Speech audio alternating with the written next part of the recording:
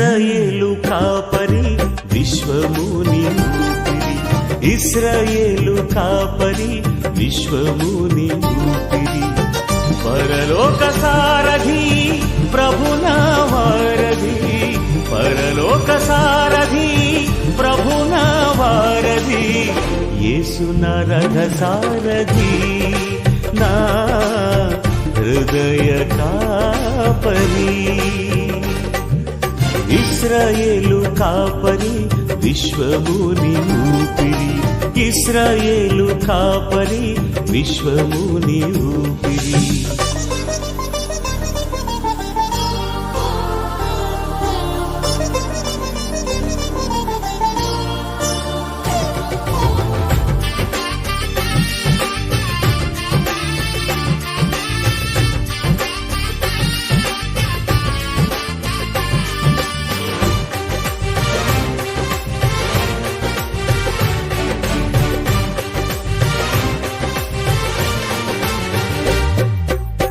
బబులోను బానిస బంధాలు తెంచి బాధలు లేని బ్రతుకునియా,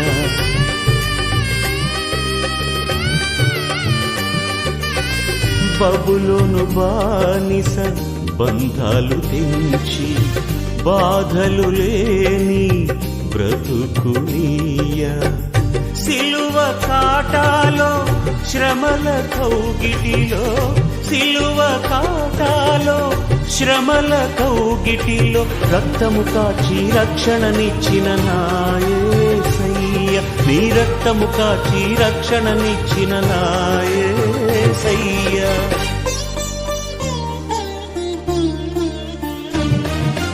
ఇశ్రాయేలు కాపరి విశ్వముని ఊపిరి, ఇశ్రాయేలు కాపరి విశ్వ.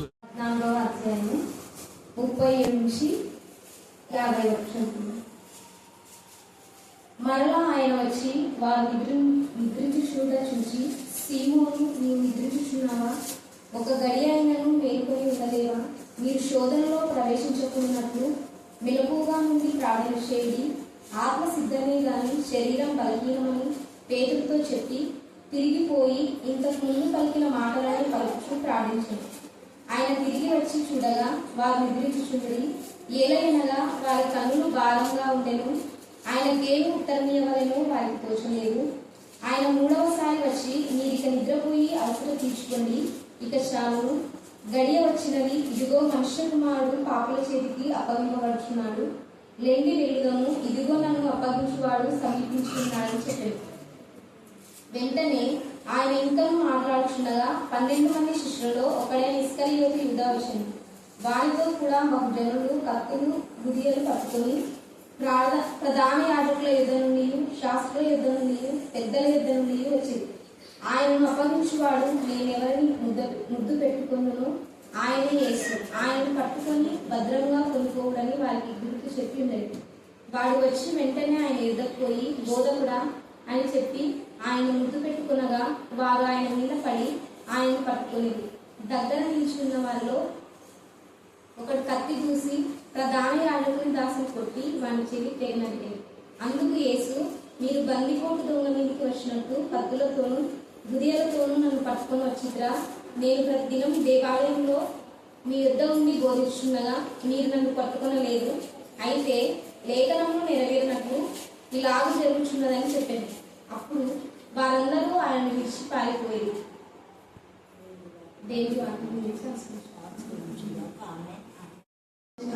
దేవా, మా జీవితం మా ప్రభా అపవాది యొక్క ఉరిలో, దేవా అపవాది చేతిలో, అపవాది బంధకాల్లో చిక్కుకొనక ముందే దేవా మేము మా తండ్రి దేవా జాగ్రత్త పడి నా ప్రభా నా తండ్రి నిన్ను కనపరచడానికి మీ కృపాసనం దయచేయమని ప్రార్థిస్తున్నాం. ఇలాంటి కాల సమయంలో జాగ్రత్త పడి నా ప్రభా ఎలాంటి పరిస్థితిలో కూడా మీ సన్నిధికి వచ్చిన బిడ్డను బట్టి మీకు వర్ణాలు స్తుతులు స్తోత్రం చెల్లించుకుంటున్నాం. వృద్ధాప్యంలో ఉన్నప్పటికీ కూడా నా తండ్రి మేరకు మీరు ఇచ్చిన ఆసక్తికి క్రమం తప్పకుండా మీ సన్నిధికి వస్తుంది. కాబట్టి ఎన్నో అద్భుతాలు వారి కుటుంబంలో మీరు చేశారు. Thank God. దేవ మధ్యాహ్నం వేళ అక్క చెప్పినటువంటి సాక్ష్యం బట్టి కూడా మీకు వర్ణాలు స్తుతులు స్తోత్రం చెల్లించుకుంటున్నాం. ఆయన స్తోత్రం దేవా, మీకే స్తోత్రం, మీకే స్తోత్రం, మీకే స్తోత్రం, మీకే స్తోత్రం. దేవా కుటుంబానికి మీరు తండ్రిగా ఆదరణకర్తగా ఉండి ఆదరిస్తున్న దేవా మీకు వందనాలు స్తుతులు స్తోత్రం చెల్లించుకుంటున్నాం. చిన్న పక్షంగా మీరు ఉండమని ప్రార్థిస్తాం. తండ్రి లేని బిడ్డల పక్షంగా మీరు వ్యాజ్యమైన దేవుడిగా ఉన్నందుకు వందనాలు స్తుతులు స్తోత్రం చెల్లించుకుంటున్నాం. వారి ప్రతి అక్కర ఔషధ ఏడ్చు గురించి మనం తీర్చమని ప్రార్థిస్తున్నాం. ప్రత్యేక రీతిలో నా ప్రభ నా తండ్రి వారి అఖిల వాళ్ళ పంట విషయంలో మీరు మా తండ్రి కృప దయచేస్తున్నారని మీకు వందనాలు చెల్లిస్తున్నాం. దేవా మీకే స్తోత్రం, మీకే స్తోత్రం, మీకే స్తోత్రం. అలాగే నా ప్రభ ఇంటర్ రాసిన బిడ్డకు అద్భుతంగా ఘనమైన విషయాన్ని ఈ దినమందు మీరు ఇచ్చారు. చక్కగా రాయడానికి కృప దయచేస్తున్నారు తండ్రి. వారు బాగా రాస్తామని వారి ఇచ్చిన సాక్ష్యం బట్టి మీకు ఎంత సూచించా కూడా తక్కువే. దేవా మిగతా రాయబోయే ఎగ్జామ్ లో వీళ్ళకు జ్ఞానం వివేకాన్ని మీరు ఇస్తున్నారు. అందుకు వందనాలు స్తుతులు స్తోత్రం చెల్లించుకుంటున్నాం. దేవా మీకే స్తోత్రం, మీకే స్తోత్రం, మీకే స్తోత్రం, మీకే స్తోత్రం. ఇక్కడ చేరిన ప్రతి విడ వెలుగు కలిగిన ఆత్మను మీరు దయచేయండి. దేవా పరిశుద్ధ ఆత్మతో మీరు తాకమని ప్రార్థిస్తున్నాం. ఆత్మ గద్దిస్తే తప్ప, ఆత్మ బుద్ధి చెప్తే తప్ప దేవ ఆత్మలకు మా ప్రభా లోపడే జ్ఞానం కలుగొచ్చమని ప్రార్థిస్తున్నాం. ఆత్మ సిద్ధమే కానీ దేవ శారీరకమైన మా బలహీనత నా ప్రభా అనేక మంది ఆధ్యాత్మికంగా ఎదగకుండా ముళ్ళ కంచెలాగా నా తండ్రి ఆత్మీయ ఎదుగుతున్న బిడ్డలు అంటివేస్తున్న దుష్ట శక్తులు దురాత్మల ప్రేతాత్మల ఏదో నయపరచమని ప్రార్థిస్తున్నాం. దేవా బిడ్డలో ఉన్న చేయదైన వేరు ఏదైనా మరిచి కలవపరచకుండా చేయదైన వేరు తొలగించమని ప్రార్థిస్తున్నాం. తండ్రి నీకు వందనాలు తెలుస్తున్నాం. తండ్రి స్తోత్రం, వేసి ఆ స్తోత్రం. మరి కొంతమంది బిడ్డలు నా తండ్రి దేవా భయంకరమైన ముళ్ళ పొదల్లో ఉన్నా కూడా క్రీస్తు కోసమే నా ప్రభు నా తండ్రి దేవా రోజా పువ్వులాగా లిల్లీ పువ్వులాగా నా తండ్రి పుష్పించే జీవితాన్ని మీరు ఇచ్చారు తండ్రి. స్తోత్రం మీకే స్తోత్రం, మీకే స్తోత్రం, మీకే స్తోత్రం, మీకే స్తోత్రం, మీకే స్తోత్రం, మీకే స్తోత్రం. మా కోసమే మీరు నేలను పడి నా ప్రభా మీరు ప్రార్థిస్తుండగా మేము ఎలాగో నీకు ప్రార్థిస్తున్నాం. ఎంత ఆసక్తి కలిగి ఉన్నామని నా ప్రభా మీరు ఎంతగా నా ప్రభా నా తండ్రి మేము అడిగినప్పుడు మా సేవకు సరిగా ఉండడానికి మీ కృపాసాన్ని దయచేయమని ప్రార్థిస్తున్నాం. కనికరం సమయానికి తండ్రి అయిన దేవుడికి మరొకసారి వందనాలు తెలుస్తున్నాం. ఈరోజు మన ధ్యాన అంశం ఏంటంటే శోధనలో ప్రవేశించకుడి. చెప్పండి, అది చెప్పాలి అని ఎవరు చెప్పినారు? నేను చెప్పినానా? చెప్పాలా గట్టిగా? యేసయ్య ముందుగానే మనం శోధనలో ప్రవేశించకుండి అని అన్నాడు. అంటే మనం ప్రవేశిస్తామని తెలిసే కదా. అదే అరే ఈ పని చెయ్యొద్దురా అంటే చేస్తాడని తెలిసి చెప్తున్నారు. అలాగే నేను చాలా మందికి దేవుని ఉగ్రత గురి కాకుండా జాగ్రత్త పడండి అని చాలా సార్లు చెప్పినా. చాలా మందికి మగ పిల్లలు ముందుకు రండమ్మా, కొంచెం ముందుకు రండి, అక్కడ స్థలం లేదు. కాబట్టి ఈ యొక్క రాత్రి కాల సమయం అందు జ్ఞాపకం చేసుకోవాలి. ఎవరు ఎందుకు చెప్తున్నారు అని ఆలోచించాలి. అంతేగాని చెప్తే కేర్నాట్ అని తీసుకోవడం ద్వారానే అలా శోధనలు వస్తాయి. ప్రవేశించకూడదు అన్నా అంటే ప్రవేశిస్తారని తెలిసే యేసయ్య పలుమార్లు శిష్యులకు ముఖ్యంగా ఎక్కువ చెప్పాడు. ఈ యొక్క ఇస్కరియోతు చెప్పాడు. ప్రత్యేకంగా పేతురు ఆ మధ్యాహ్నం వేళ మేము ధ్యానించుకున్నటువంటి విషయంలో పేతురు ఎన్నిసార్లు ఏమంటా అంటే ప్రభువా ఎవరికైనా నిన్ను వదిలిపోయినా నేను మాత్రం వదిలిపోయినా ఉంటాను అన్న పేదరే యేసయ్య ఎవరో వదిలిపోవడం పక్క పెట్టేస్తే అసలు ఎవరో ఏమో నాకు తెలియదు అన్నాడు. మనం కూడా అలాగే ఉన్నాం. వీళ్ళెవరో తెలియదు మాకు. చిన్నప్పటి నుంచి మేము ఆత్మీయంగా అక్కడ ఎదిగామని అంటారు, సాక్ష్యం చెప్తారు. సాక్ష్యం తుమ్మలోకి వెళ్ళది, మళ్ళీ ఏం తెలియనట్టుగా జరగనట్టుగా ప్రవర్తిస్తున్నారు. అదే శోధన. శోధన అంటే అదే. శోధనలోకి మీరు ప్రవేశించకూడదు అనే మాటలో కృతజ్ఞత కలిగి ఉండండి, మెలకు కలిగి ప్రార్థన చేయడము అనే మాట అర్థమైందంటే మనము మెలకువ కలిగి అపవాదికు సాతానుడు ఎవరిని మృంగుతున్నా అని చూస్తున్నాడు. వాడు ఎవరిని పడగొట్టాలని టార్గెట్ చేసి ఒక్కొక్కరిని పిలిచి ఒక్కొక్కరితో సీక్రెట్ గా మాట్లాడతారు. అందరితో మాట్లాడాడు. ఎలా మాట్లాడతారు చెప్పండి? మళ్ళీ చెప్పారు ఇంకా గట్టిగా ఒక్కొక్కరు మీతో కూడా మాట్లాడినారు. కానీ దేవుని భయభక్తి గల బిడ్డలు ఘాటైన సమాధానం ఇచ్చారు ఒక్కొక్కరితో. అలాగా మనం శోధనలో పడిపోకూడదు. అందుకనే ఇక్కడ యేసయ్య కూడా ఇది రాబోతుందని వాళ్ళకి చెప్పాడు ముందే. కానీ పేతురు అంటాడు ప్రభు అందరూ నిన్ను వదిలా నేను వదలను ప్రభు అంటాడు. అన్న పేతురే ముందే యేసయ్య చెప్తాడు 27వ వచనంలో 14-27 27లో చదవండి. అప్పుడు యేసు వారిని చూచి మీరందరూ అభ్యంతర పడేదరు. ఆడ ఒక్కరు ఉన్నారా, ఇద్దరు ఉన్నారా? చెప్పండి మళ్ళా. మీరందరూ ఒక్కరు కాదు, మీరందరూ అభ్యంతర పడినను గొర్రెల కాపరిని కొట్టుదురు. మీరందరూ ఏమంటారు అక్కడ? అభ్యంతర పడతారు. మీరందరూ అభ్యంతర పడేదారు అంటాడు. ముందే పడతారని కూడా పడేదారు. ఎంత తేజగా ఉంది వాక్యంలో. మీరు ఖచ్చితంగా పడిపోతారు. మనమేమంటే మీరు అంటే ముందరనే ఏమన్నా చేస్తావు అంటారు. ఏసే ముందే చెప్తున్నారు, మీరు శోధన పడిపోతారు. మీరంతా చెదిరిపోతారు. ప్రభా మేము చెదిరిపోం బాబా, మేము ఎందుకు ప్రభా అడ్డు మాట్లాడుతున్నావు అని అన్నారు కూడా కొంతమంది. కానీ మిగతా వాళ్ళు జడ్చుకొని ఏం జరుగుతుందో తెలియదు అని మౌనంగా నోరుస్తున్నారు. మన వాళ్ళు కూడా మౌనంగా ఉండేవాళ్ళు అందరూ తిరుగుబాటుతో మాట్లాడే ఆ తిరుగుబాటు మాట్లాడే వాళ్ళు పడిపోతుంటారు. ఇక్కడ ఎక్కువగా మరి మాట్లాడబడి పేతులే చూడండి, ఎంత చక్కగా గొర్రెలు చెదరిపోవును అని వ్రాయబడి ఉన్నది కదా. అయితే నేను లేచిన తర్వాత మీకంటే ముందుగా గలిలయలోకి వెళ్ళేదను అనేను. అందుకు పేతురు చూడండి వెంటనే చెప్పండి 29. అందుకు పేతురు అందరూ అభ్యంతర పడినను నేను అభ్యంతర పడనని ఆయనతో చెప్పగా. నేను కూడా కొన్నిసార్లు అనుకుంటా, ప్రభా అందరూ విడిచిపోయినా కూడా అలాంటి వాళ్ళు ఇద్దరే ప్రభా, చాలా నాకు ఒకరిద్దరు ఉన్నా కూడా అనుకుంటా. కానీ అనుకున్న వాళ్ళే వెన్నుపోటు పడితే ఎంత గుండె పోతున్నా అది అనుభవించిన వాళ్ళకి తెలుస్తుంది. సేమ్ సిచ్యువేషన్ మీకు కూడా వస్తుంది. కానీ నిజంగా దేవుడి భయభక్తి గల వాళ్ళని ఎవరు వెన్నుపోటు పొడిచినా కూడా దేవుడి దూతలు తోడుగా ఉంటారు. హల్లెలూయా, హల్లెలూయా, హల్లెలూయా.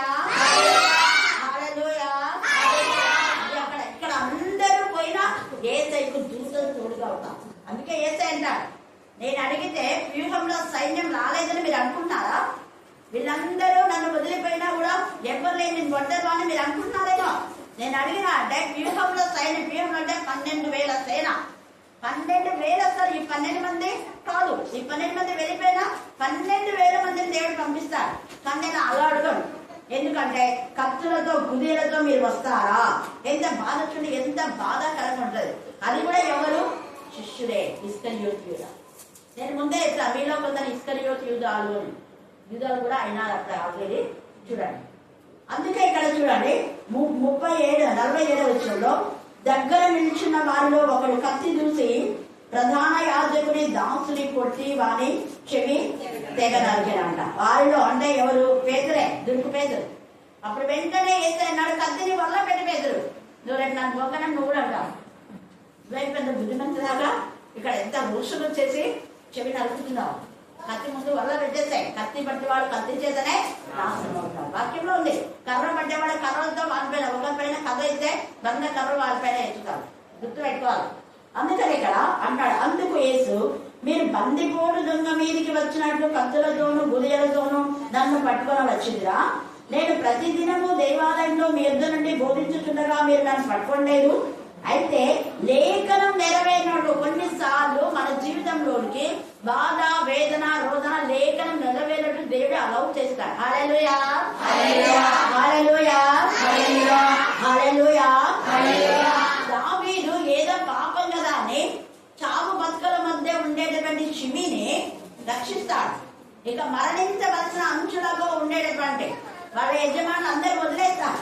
చావు బతుకుల మధ్య ఉండే వాడిని చేరదీసి వానికి మంచిగా పోషించి మరి వాళ్ళ ఒక మంచిగా తయారు చేస్తే, అలాంటి షిమి విశ్వాస ఘాతకుడై దావీదు వెనకాల చీచి నీ నుంచి మాకు కూడా ఎట్లొచ్చిందో, రాళ్ళు రువి చంపేస్తున్నారు మమ్మల్ని, ఏంటి ఇలా చేస్తున్నామని దావీదునే అప్పుడు వెంటనే ఇక్కడ ఈ యొక్క చెరువు కుమారుడికి కోపం వస్తుంది. కోపం వచ్చేసి రాజుగారు వీడిని నేను చంపేస్తున్నా అంటాడు. వద్దు, దేవుడు వాడిని అనమని చెప్పాడేమో అలాగా అనని, అంటే వాడు అంటే నేను ఓర్చుకుంటానని దేవుడు నన్ను పరీక్షిస్తున్నాడేమో అంటాడు. తర్వాత వాడి బతుకు నాశనం అయిపోతాడు. దావీదు క్షమిస్తాడు, కానీ దేవుడు క్షమించాడు. హల్లెలూయా, హల్లెలూయా, హల్లెలూయా. మనం చేసే పనులు యేసే క్షమించినా దేవుడు క్షమించాడు. ఇస్కరియోతు యూదా చేసిన వెన్నుపోటు పనికి తన ఒక్కడే కాకుండా ఇంత మందిని వెంట పెట్టుకొచ్చారు. మన వాళ్ళు కూడా ఎంతో మంది మేలులు పొంది అలాంటి వాళ్ళే ఈ యొక్క మరి ఈ యొక్క దొంగలకు బందిపోటులకు సహకరించే వాళ్ళు ఉన్నారు ప్రస్తుత సమాజంలో, సంఘాలలో, ఇళ్లలో, వీధులలో కూడా చెప్పాలనుకుంటే వాళ్ళందరికీ భయంకరమైన శిక్ష 100% వస్తుంది, వచ్చింది లేఖనం. అందుకే యేసయ్య ముందే ఏం చెప్పాయంటే శోధనలు వస్తాయి, మిమ్మల్ని టార్గెట్ చేస్తారు, కానీ మీరు ఏం చేయాలంటే ప్రార్థన చేయండి, ప్రార్థన ద్వారా మీరు శోధన ఓవర్కమ్ చేస్తారు ముందే చెప్పారు. చెప్పి ఆయన ఇక్కడ ఇలాగా కోడి కుయ్యక ముందే నువ్వు ముమ్మారు నన్ను ఎరగమని అంటావు పేతురు అన్నప్పుడు అన్న నేను అస్సలు అలా అనను, మరీ ఖండితంగా నేను నీతో కూడా చావలసి వచ్చినా నిన్ను ఎరగనని చెప్పాను. మనోళ్ళు కూడా చాలా మంది ఇట్లా అన్నారు, ఓ చదవమక్కని ఎట్టి పరిస్థితిలో మేము అస్సలు వదిలి వెళ్ళము అని గొడవ కన్న వాళ్ళు కూడా ఉన్నారు. కానీ ప్రస్తుత మంది లేదు. హల్లెలూయా, హల్లెలూయా. వాళ్ళకు కొన్ని దర్శనాలు, కొన్ని కళలు వచ్చి నేను వివరంగా చెప్పాను. ఇది కళ మీ యొక్క ఆత్మీయ స్థితే, మీరు ఆత్మలో పడిపోతున్నారు. దీపాలు ఆరిపోతూ ఉంటే అక్క ఇలా కళ వచ్చింది నాకు, బాగా వెలుగున్న దీపం ఆరిపోతున్నప్పుడు 2 చేతులు నువ్వు ఇలా పెట్టావు అని చెప్పిన వాళ్ళు ఉన్నారు. ఇంకా కొంతమంది నేను పిలుస్తున్నా కూడా నా వైపు కూడా చూడకుండా అలాగనే వెళ్ళిపోయి చీకటిలోకి కింద పడిపోయినాక చెయ్యెత్తి గట్టిగా అక్క అంటున్నారు. ఆ స్వరం వాళ్ళు విన్నారు, నేను కూడా విన్నాను. వాళ్ళకు వచ్చిందని నాకు కూడా వచ్చింది. నేను చెప్పాను ముందుగానే, మీరు పడిపోతున్నారు, పడతారు, జాగ్రత్త. అస్సలు పడమేమన్నారు, కానీ పడ్డారు. పడ్డ వాళ్ళకు భయంకరమైన శోధ. ఇక్కడ పేతురు కంటే భయంకరమైన శోధ. పేతురు నువ్వెవరో అని అన్నాడు, ఖండితంగా అన్నాడు, కానీ మళ్ళా ఇక పేతురు పశ్చాత్తాపడ్డాడు. అందుకే దేవుడు పేతురు ఎంతగా లిఫ్ట్ చేశాడు. హల్లెలూయా, హల్లెలూయా, హల్లెలూయా, హల్లెలూయా, హల్లెలూయా. అందుకే యేసయ్య అక్కడ ఇస్కరియోతు యూదాను ఎన్నిసార్లు హెచ్చరించాడు. ముందు ఎవడైతే చేయి పెడతాడో వాడే నన్ను పట్టిస్తాడు, వాడు పుట్టి ఉండకుంటే మేలు, వాడు పుట్టాడు కాబట్టి వాడికి శ్రమనే అన్నాడు. ఇన్ని చెప్పాడు. మళ్ళీ తర్వాత నేనా ప్రభు అంటే నువ్వే కదా అన్నాడు కూడా. సీక్రెట్ వచ్చి వేసేని అడిగితే తర్వాత నువ్వు చేసే పని తొందర చేసుకోపో అన్నాడు. తొందరగా ఊడి పెట్టుకుని చచ్చాడు. ఇన్ని ముందే చెప్పాడు చేసే. తర్వాత ఇక్కడ మనం చూస్తే చూడండి, అందుకనే పేతురు ఇక్కడ చెప్పాడు కాబట్టి పేతురు మెరుగు కలిగి ఉంటాడేమో అని యేసయ్య ఎంతగా ఆశపడ్డాడు. కానీ వాళ్ళు నిద్రించడం చూసి పేతురు నువ్వు కూడా నిద్రిస్తున్నావా అని బాధపడతాడు. ఇదంతా మీరు చదువుకోండి, ఇప్పుడు మనకు టైం లేదు కాబట్టి. అప్పుడు మళ్ళా అంటున్నాడు, మరలా ఆయన వచ్చి వారు నిద్రించడం చూసి సీమోను నీవు నిద్రించుచున్నావా, ఇది అబద్ధం చేస్తాడు.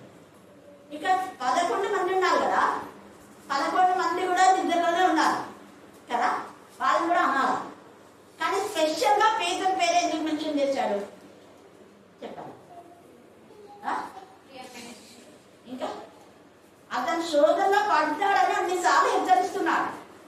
పేతురు నువ్వు కూడా నిద్రిస్తున్నావు అంటే వెంటనే కళ్ళు చూస్తలే, వీళ్ళు కూడా నిద్రిస్తున్నారు, నా పక్కనే పడుతున్నాడు అని మనసులు తీసుకుంటున్నారు. వీళ్ళంతా నిద్రిస్తుంది కదా, రొమ్మను అనుకున్న ప్రియమైన శిష్యులు కూడా నిద్రిస్తున్నారు. వాళ్ళందరూ అనుకోకుండా నన్ను ఒక్కడే అంటున్నాడు పేతురు అని మన పేరు పెట్టి. నేను పేరు పెట్టి చెప్తాను అనుకో, అక్క పేరు పెట్టి మమ్మల్ని అనుకుంటే ఏమో చర్చిలో అంటారు. ఎందుకు పేరు పెట్టి అంటాము అంటే నీలాగా ఇంకా ఎవరైనా ఉంటే వాళ్ళు హెచ్చరిక పొందుతారు అని. ఒకరి నుంచి ఒకరి శోధంగా పడకూడదు అనే చెప్పేది, గర్తించేది. ఇంకా మేము కూడా అలాగా ఉన్నామేమో అని వాళ్ళు జాగ్రత్త పడాలనే, కానీ అందరికి మించి ఇంకొకటి కాదని అర్థం చేసుకోవాలి మన వాళ్ళు. ఇక్కడ చూస్తే ఎంత చక్కగా పేరు పెట్టి అంటున్నాడు, సీమోను నువ్వు కూడా నిద్రిస్తున్నావా, అసలు నువ్వే కదా కోడి వేయక ముందే అబద్ధాలు చెప్తావని. మరి చెప్పినప్పుడన్నా ప్రభా నాకు ఆ శోధన రాకుండా చేయాలి, ప్రార్థన చేయాలి. కానీ ప్రార్థన చేయకుండా చెప్పినా కూడా, హెచ్చరిక పొందినా కూడా నువ్వు ఖండితంగా చెప్పినావు కదా, నేను అస్సలు అనను ఆ మాటని. మరి మాట నిలబెట్టుకోవాలి కదా, ఆడ నిలబెట్టుకుంటున్నావు. ఇక్కడ చూడండి, సీమోను నీవు నిద్రించిన, ఇది అండర్లైన్ చేసుకొని మీరు చదివితే మీకు దేవుడు మీతో మాట్లాడతారు. ఒక్క గడియను మేల్కొని ఉండలేవా. చూడండి, ఇక్కడ ఉండలేదా అన్నాడా, ఉండలేవా అన్నాడా, అదే చెప్పారా, అదే చెప్పారా, అది ఇంగ్లీష్ తెలుగులో కూడా చదవండి. స్పెషల్ మెసేజ్ ఇక్కడ పేతురు ఇస్తున్నాడు, గర్దిస్తుంది. మిగతా వాళ్ళందరూ ఒక విధానంలో ఉన్నారు, కానీ ఈ పేతురు ఒక విధానంలో. అందుకనే ఏసయ్య గుండె పగిలిపోయింది. ఏసయ్య ఎవరో నాకు తెలియదు అని అక్కడ అంటుంటే గుండె పగిలిపోయింది. ఏసయ్య అంతా ఏసయ్య చూస్తున్నాడు, వింటున్నాడు, తెలుస్తుంది. అందుకే ఒక్క గడియను మేలుకొని ఉండలేవా, మీరు ఇప్పుడు అంటున్నారు మళ్ళా, మీరు శోధనలో ప్రవేశించకున్నట్టు మెలకుగా ఉండి ప్రార్థన చేయండి. మళ్ళీ అంటున్నాడు మెలకుగా ఉండండి. శోధన వచ్చినా శోధన సహించి జయించు నరుడు ధన్యుడు. శోధన రావని చెప్పరా, వస్తాయి, ప్రతి ఒక్కరికి వస్తాయి. కానీ వాటిని సహించి జయించే నరుడే ధన్యుడు. యోగు కూడా శోధనలు వచ్చాయి, శ్రమలు వచ్చాయి, వేదనలు వచ్చాయి, రోదనలు వచ్చాయి. కానీ యోగు ఏనాడు కూడా దేవుని తిట్టలేదు. ఒకటి. రెండవది, మెలుకు కలిగి దేవుని ప్రార్థన చేశాడు. భార్య, ఎందుకు నువ్వు ప్రార్థన చేస్తున్నావు, మళ్ళా దేవుడు దేవుడు అంటున్నావు, నువ్వు చచ్చే ముందు ఆయన తిట్టి చావు అంటే కూడా అలాగ అనకూడదని చెప్పి భార్యను తిట్టి ఎప్పుడు దేవునితో మేలు పొందుకోవడమేనా, కొంత బాధ కలిగితే ఏమవుతుంది అని ఇచ్చి మళ్ళా అంటాడు, ఈనాగు నా చర్మం చీకిపోయిన నేను ఎముకలతోనే ఎవరిని చూస్తానన్నాడు. గట్టి హల్లెలూయా, హల్లెలూయా, హల్లెలూయా. చెప్పండి వాడి దేవుని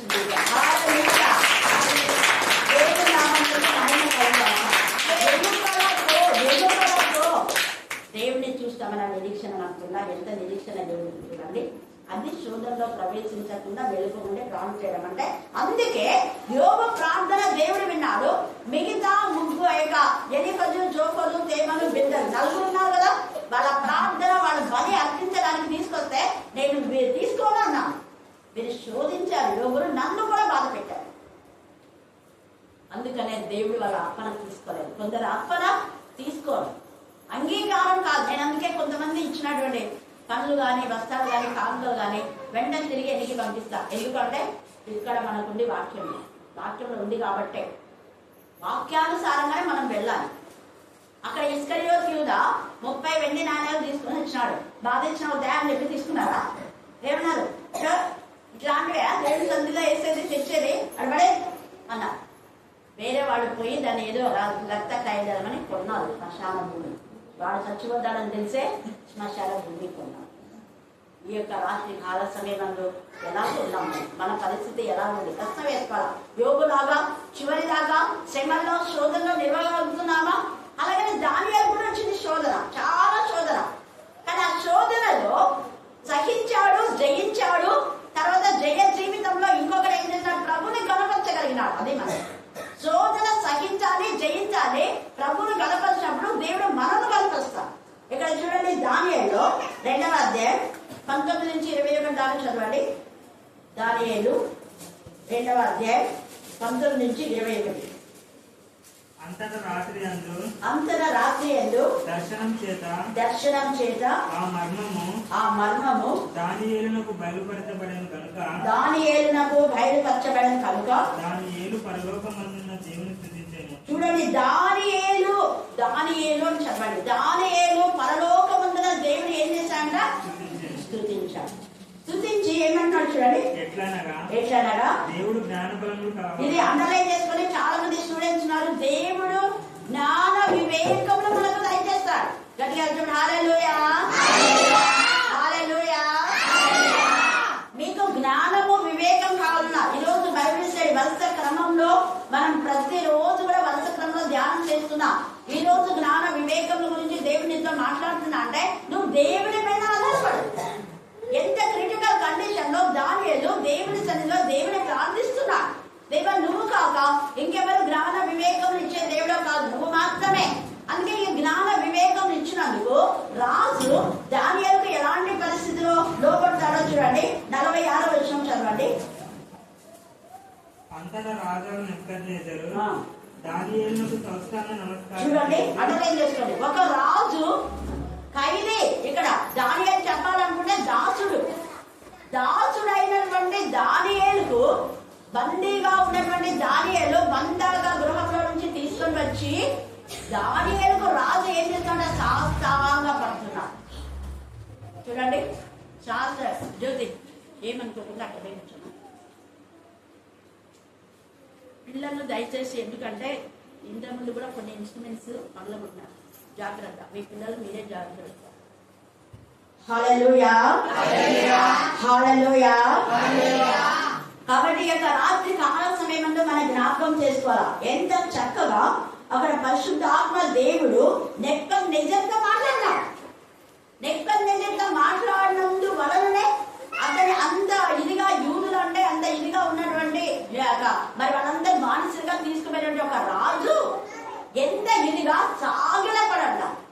మనం దేవుని సన్నిధిలో దేవునికి సాగిలపంటే సాగిలపడ, దేవునికి సాగిలపడి ప్రార్థన చేస్తున్నామా? మరి యేసయ్య అయితే నీ కోసం నా కోసం మట్టిలో నేల పైన ఆయన సాగిలపడి, మధ్యాహ్నం వేళ ప్రార్థన అదే మనం ధ్యానం చేసుకున్న అంశము అది, ఆయన సాగిలపడి నేలపై సాగిలపడి నీ కోసమే నా కోసమే ఆయన ప్రార్థన చేశాడు.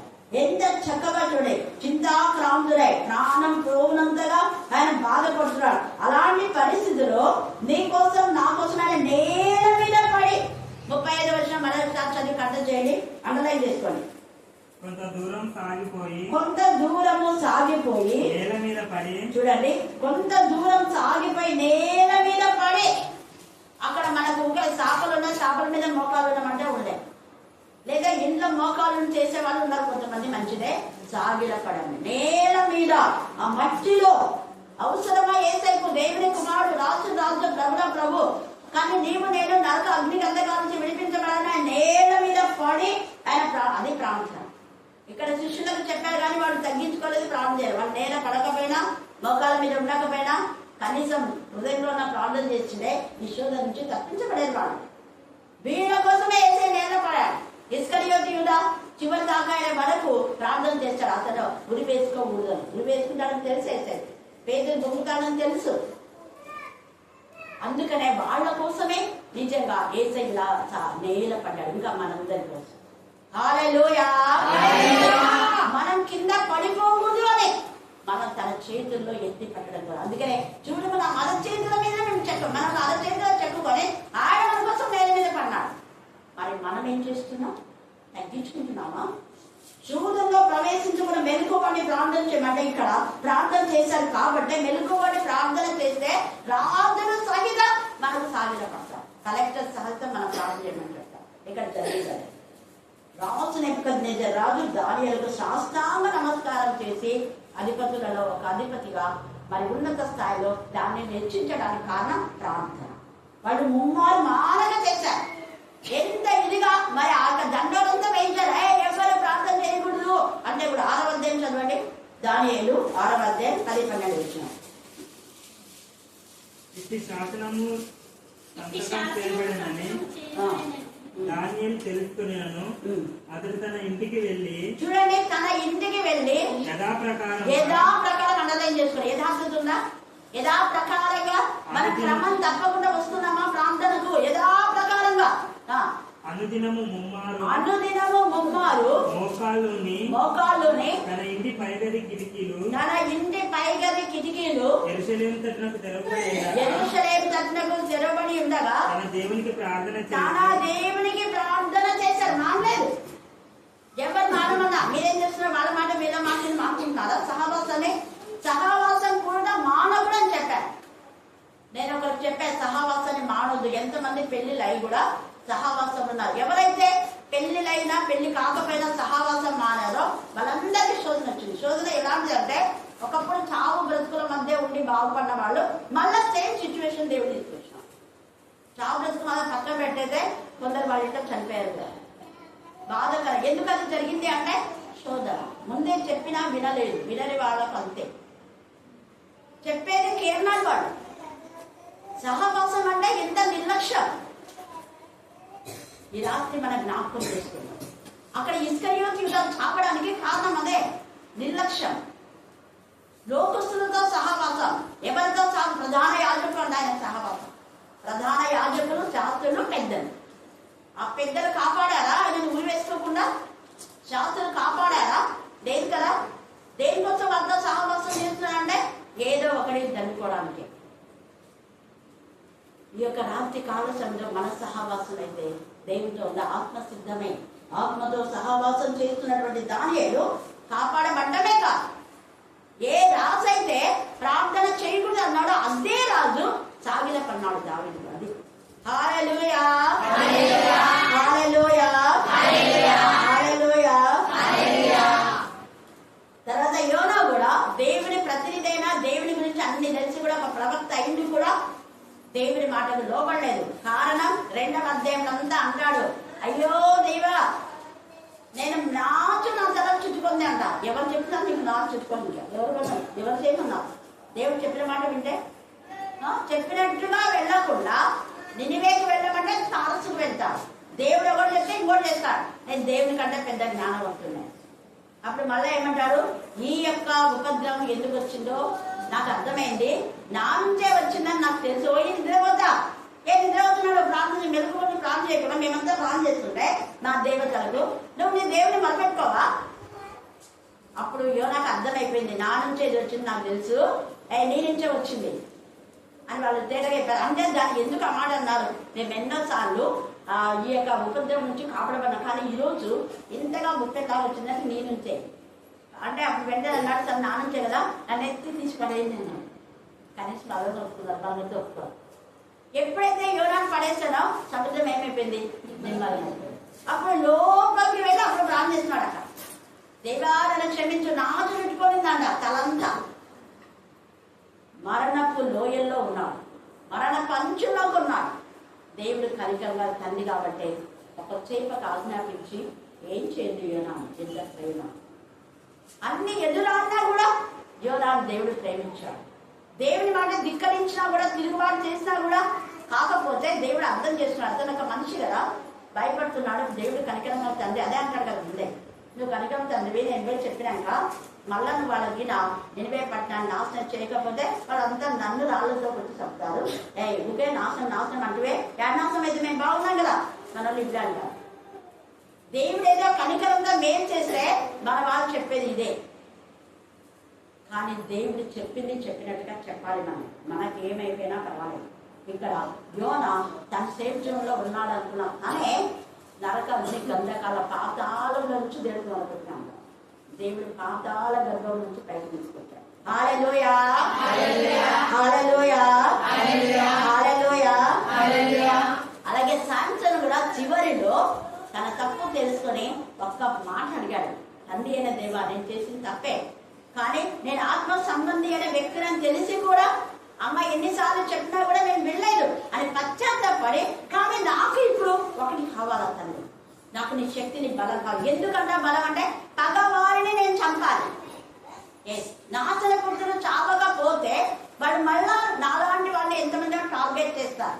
కాబట్టి ఈ యొక్క సంవత్సర ప్రార్థన ఏంటి అంటే, నన్ను ఎవరెవరు బాధ పెట్టారో, నీ పేరు పెట్టబడినటువంటి నన్ను, నీ ఆత్మతో ఉన్న నన్ను వీళ్ళు టార్గెట్ చేశారు కదా, కాబట్టి వీళ్ళు నాశనం కావాలి అని నాకు అందుకు బలమి అన్నాడు. దేవుడు కూడా ఓకే అన్నాడు. హల్లెలూయా, హల్లెలూయా, హల్లెలూయా. ఎందుకంటే అపవాది ఎవరైనా బాగుండాలని ప్రార్థన చేస్తారో, మీరు ఎవరైనా దేవా లూసిఫర్ని కాపాడుతుంది, కాపాడు కాపాడు, రక్షించు, క్షమించు తప్ప దాంట్లో నుంచి తీసుకురా అంటే వస్తుంది, నిన్ను నరకంలో తీసుకొస్తాను. ఇంకంతే దాంట్లో ఎవరు చేయరాక నాశనం పుట్టే ఖచ్చితంగా నాశనం కావాల్సిందే. ఏసై 17వ అధ్యాయంలో యోహానులో ఏసై కూడా అదే చెప్పాడు, శాంసన్ కూడా అదే. శాంసన్ దేవుని ఆత్మతో నిత్యంగా నింపబడి దేవుడు కూడా సంవత్సరం ప్రార్థన విని 3000 మంది ఒక్క విధానంలో ఒకేసారి సరిపోయారు. దేవుడు బలాన్ని ఇచ్చాడు. శాంసన్ పశ్చాత్తాపడ దేవుని సన్నిధిలో ఉన్నాడు. ఇప్పుడు మన కోసమే ఆయన ప్రార్థన ఎంత బలం చూడండి. ఆ ప్రార్థన 3000 మంది దేవుని పిల్లలు నాశనం చేసే వాళ్ళు నాశనం అయిపోయారు. దేవుని పిల్లలు టార్గెట్ చేసే వాళ్ళు నాశనం అయిపోయారు. 3000 మంది. హల్లెలూయా, హల్లెలూయా. కాబట్టి ఈ యొక్క సమయంలో దావీదు కూడా ప్రార్థన చేయవలసిన సమయంలో చేయకపోయినందుకే పాపంలో పడిపోయాడు. కాబట్టి దేవునికి ఇవ్వాల్సిన సమయం ఇవ్వకపోతే, ఈరోజు మీరు నోట్స్లో రాసి పెట్టుకోండి. ఖచ్చితంగా ఈ రోజు రాకపోవచ్చు. మీరేమనుకున్నారంటే ఇప్పుడు మేము బాగున్నాంలే అనుకున్నారు. ఈరోజు బాగుండొచ్చు, ఏదో ఒక రోజు 100% వస్తుంది, రాకుండా పోదు. ఎందుకు అంటే శిష్యుల కంటే మనమేమి ఎక్కువ కాదు. ఏ చిన్న శిష్యులకే ఒక్కరోజు ప్రార్థన చేయనందుకు, అంతేనా కదా? ఒక్కరోజేనా? రోజు ఏసుతో పాటే ఉన్నారు వాడు. పేతురు దిమ్మ అదే. ఎప్పుడు ఏసే మనం వెంట తీసుకుపోతున్నాడు కదా. మేము కొండ మీద ఆ ఏలియాని మోషను కూడా వాళ్ళని చూసాము. అంత దర్శనం ఇచ్చినప్పుడు మేమెట్లా శోధనలో ప్రవేశిస్తాం అన్న ధీమా, కానీ ప్రవేశించాడు. ఆ తర్వాత చచ్చిపోయే వరకు పశ్చాత్తాపం. అందుకనే పేతురు బండ పైన ఆయన సంఘాన్ని కట్టడానికి ఆయన పశ్చాత్తాపమే. అందరి శిష్యుల కంటే పశ్చాత్తాపడాలి. అలాగే యోహాను యేసయ్య సిలువ దగ్గర అంతమంది ఉన్నా కూడా సిలువకు సమీపంగా ఉన్నాడు కాబట్టి ఆత్మ ప్రత్యక్షతల యోహాను. అలాగనే యాకోబు అందరికంటే ముందు చనిపోయి బలిపీఠం కింద క్షేమంగా ఉన్నారు. హల్లెలూయా, హల్లెలూయా, హల్లెలూయా.